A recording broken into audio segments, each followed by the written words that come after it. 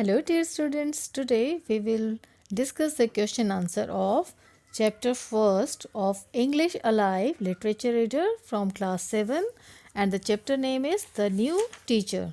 So let's start. बच्चों, basically there are three parts, part A, part B and part C, and we will start from part A, and in this part A is comprehension. Identify the speaker, guess the tone, the quality of the voice that expresses the speaker's feeling or mood, and reveal the character trait that is exhibited. A few have been done for you. So this is the question. यहाँ पर tone और character traits दिए हुए हैं and this is the table.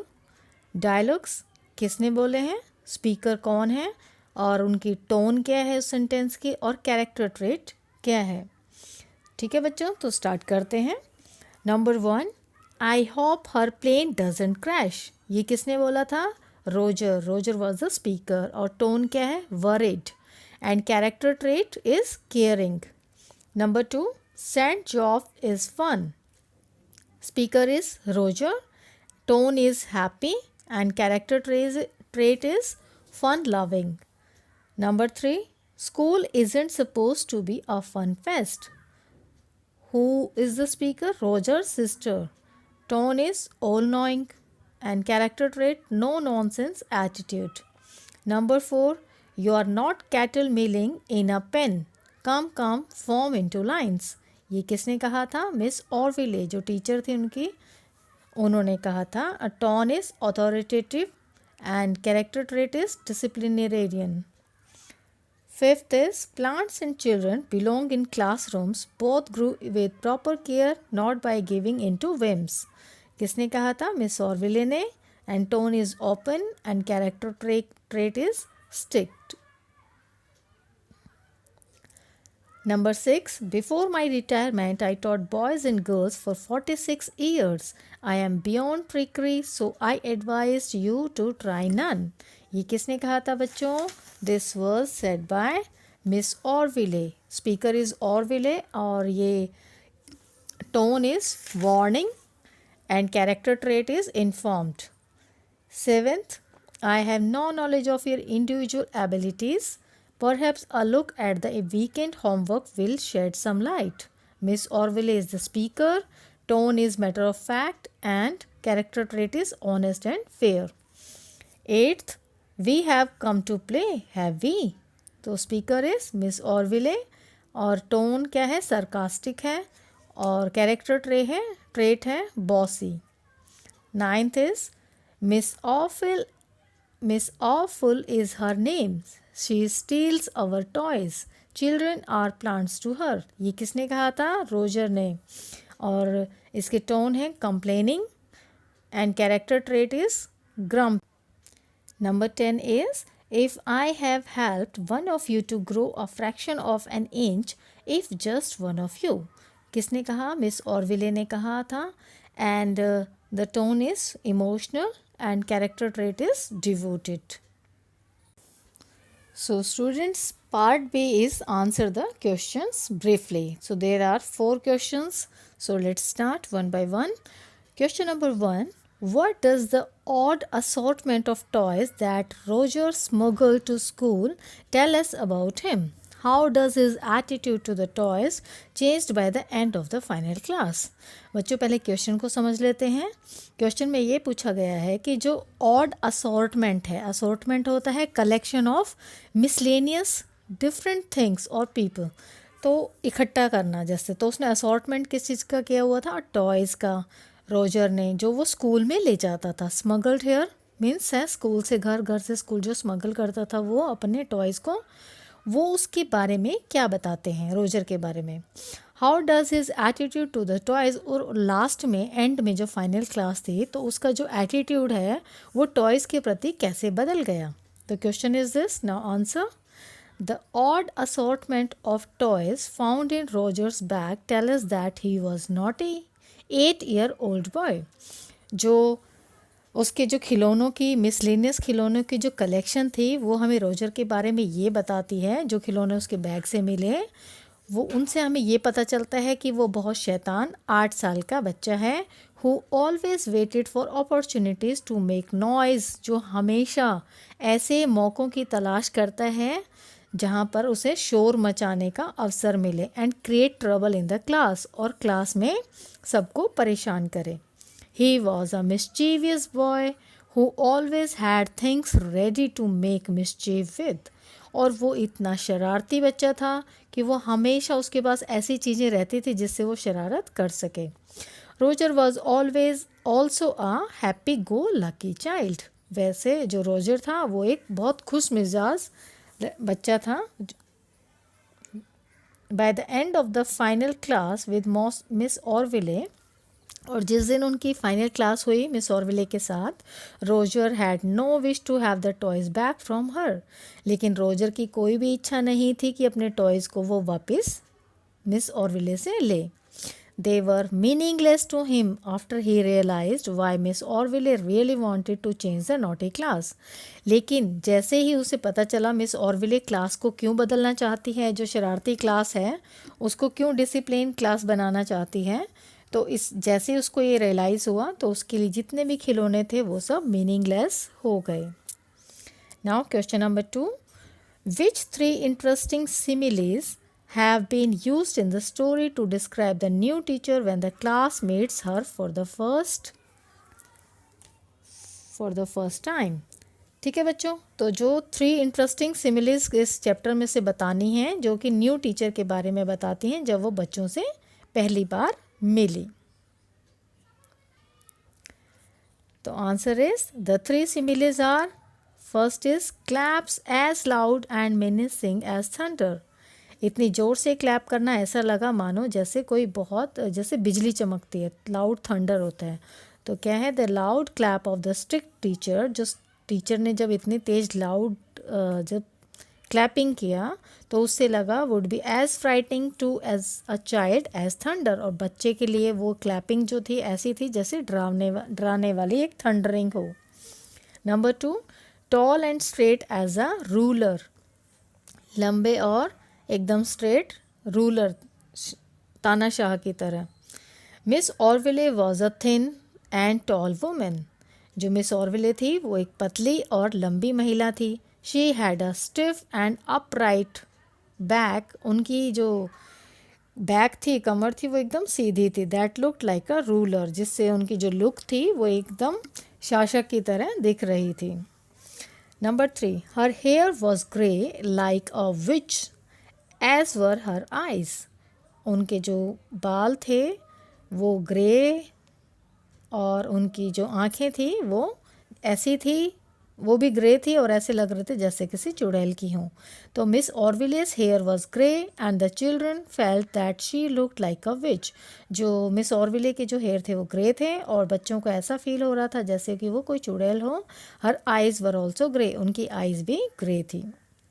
Now question number 3, the new teacher needed the grade into position. What does the word needed mean in this context? Why did the new teacher need to do so? जो नई teacher हैं miss ऑरविले, उन्होंने class को, grade को कैसे need किया position में? Word does, इस वर्ड से क्या मीनिंग है इस कंटेक्स्ट में और उनको ऐसा यहाँ पर क्यों बोलना पड़ा? The context for the word needed is that miss Orville had to grab and adjust the children into the line. इस नीडेड का मतलब बच्चों यहाँ पर ये है कि मिस ऑरविले को बच्चों को इकट्ठा करना था और उन्हें एडजस्ट करना था, एक लाइन में बच्चे खड़े हो जाएं। She needed to do this because the students in Roger's class were naughty and unruly. बच्चों जो उसको ऐसा क्यों करना पड़ा था टीचर को? क्योंकि उनको जो रोजर की क्लास के जितने बच्चे थे वो बहुत शैतान थे और इनडिसिप्लिन थे। They were not use to follow any rules of discipline, वो किसी भी तरह का डिसिप्लिन फॉलो नहीं कर रहे थे। Question number 4, mention some of the drastic change in the new teacher made right from day one. Why does she treat children like plants? ऐसे ड्रास्टिक चेंजेस आप बताइए न्यू टीचर ने जो बनाए थे डे 1 से, और वो बच्चों को प्लांट की तरह क्यों ट्रीट करती थी? So answer is the new teacher made the children from form lines. New teacher ने बच्चों को लाइन बनाना सिखाया. When they entered the classroom, जब वो क्लासरूम में आते थे. She wanted them to sit with their hand folded on their desk. वो चाहती थी कि जैसे बच्चे बैठे तो वो अपने हैंड्स को फोल्ड करके डेस्क पर सिट प्रॉपरली, वो अच्छे से बैठे. She advise them not to try any tricks with her. और उन्होंने बच्चों को एडवाइस किया कि मेरे साथ कोई भी ट्रिक मत करना. She wanted to check their homework notebooks to understand their individual abilities. और वो उन सब बच्चों का होमवर्क भी चेक करना चाहती थी जिससे उन्हें पता चले कि हर एक बच्चे की इंडिविजुअल एबिलिटीज़ क्या हैं. She treated children like plants because she believed that children and plants belonged in classrooms. तो वो बच्चों को पौधों की तरह ही ट्रीट करती थी क्योंकि वो मानती थी कि जो बच्चे हैं और पौधे हैं वो सेम क्लासरूम को ही बिलोंग करते हैं. Because both grow with proper care, क्योंकि दोनों को ही बहुत केयर की ज़रूरत है बढ़ने के लिए. And not by giving in to someone's wishes. Later in the story we see that miss Orville love plants. और हम इस कहानी के अंत में भी हमने क्या पाया था कि वो बच्चों और पौधों को एक जैसा मानती थी क्योंकि वो प्लांट से बहुत प्यार करती थी. So student, this was the part B and we already discussed part A and part B. Now we will move towards part C. I think part C is not so important because part A B में ही सारे questions cover up हो चुके हैं, but फिर भी there are 6 questions in part C and I have solved 2 questions for you, question number 4 and question number 5, which I thought that they are important. So let's discuss these 2 questions. Question number 4. Why does Mrs. Reeves refer to Miss Orville as a poor thing? Mrs. Reeves ने refer क्यों किया miss Orville को a poor thing उसको? From a poor thing, does she evolve into a kind of a hero? Give reasons for your answers. तो आपको इसके कारण देने हैं कि वो मिस ऑरविले को एक हीरो दिखाना चाहती थी क्या मिस पुअर थिंग बोलकर. सो answer is Mrs. Reeves referred to Miss Orville as poor thing. Mrs. Reeves ने रेफ़र किया मिस ऑरविले को as a poor thing because she felt bad for her, क्योंकि उन्हें उनके लिए बुरा लग रहा था. Mrs Reeves knew about the teacher's life story. क्योंकि मिसिस रीव्स को टीचर की जो है जीवन की कहानी पता थी. Miss Orville evolve into a hero towards the end of the story. अब जो मिस ऑरविले है इस कहानी में अंत में एक हीरो साबित हुई. Because Roger understood why she was so strict with the children. क्योंकि रोजर समझ पाया अंत में कि वो बच्चों के साथ इतनी सख्त क्यों थी.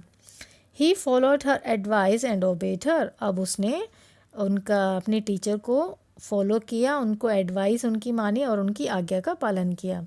ही learn the spellings of the difficult words. और उन्होंने डिफ़िकल्ट वर्ड्स की रोजर ने स्पेलिंग्स भी याद की. And spelled them out for her. और उसके लिए उन्होंने स्पेलिंग याद करके बाद में उनको सुनाया भी. To show her that he respected her. और ये दिखाने के लिए कि वो उनका आदर करता है. It was Miss Orville who changed Roger from a naughty boy to a sincere one. और ये मिस ऑरविले ही थी जिन्होंने रोजर को बदल दिया एक शैतान बच्चे से एक सिंसियर बहुत आज्ञाकारी बच्चे. Question number 5. To be truly educated is to be civilised. सही में शिक्षित होना उसका मायना होता है सभ्य होना. Explain the importance of miss Orville's last lesson in your own words. अपने शब्दों में मिस ऑरविले की जो लास्ट लेसन था उसको आप एक्सप्लेन कीजिए. Then answer is miss Orville believe that to be truly educated one needs to be civilised and discipline. तो मिस ऑरविले का मानना है कि आप अगर सही में शिक्षित हैं तो उसके लिए ज़रूरी है कि आप सभ्यता और आप सभ्य हों और आप एक डिसिप्लिन हों, अनुशासन में हों. We must show discipline in conduct and behaviour. हमें अपने व्यवहार में भी हमें डिसिप्लिन दिखाना चाहिए. रिस्पेक्ट रूल्स, हमें जो रूल्स हैं नियम हैं उनका आदर करना चाहिए. एंड फॉलो दैम, और उन्हें पालना चाहिए. We must behave with like well mannered people, और हमें बहुत सभ्य लोगों की तरह हमें बिहेव करना चाहिए, and not participate in rowdy activities, और हमें किसी भी तरह की राउडी एक्टिविटीज़ में पार्टिसिपेट नहीं करना चाहिए। राउडी एक्टिविटीज़ होता है बच्चों उपद्रवी activities. A good education does not always mean getting good marks. अच्छी जो एजुकेशन, अच्छी शिक्षा का मतलब हमेशा ये नहीं कि आप अच्छे मार्क्स ही लेकर आएँ तभी आप अच्छे एजुकेशन होती है। वी मस्ट शो रिफाइनमेंट, हमें प्योरिफिकेशन दिखाना चाहिए, अपने अंदर सुधार दिखाना चाहिए। And culture in our activities, जो हमारी क्रियाकलाप है, जो हमारे काम हैं, जो एक्टिविटीज़ हैं, उनमें हमें अपनी संस्कृति, अपने संस्कार दिखाने चाहिए। That is true education. I hope this all questions clear to you बच्चों. Thank you for watching.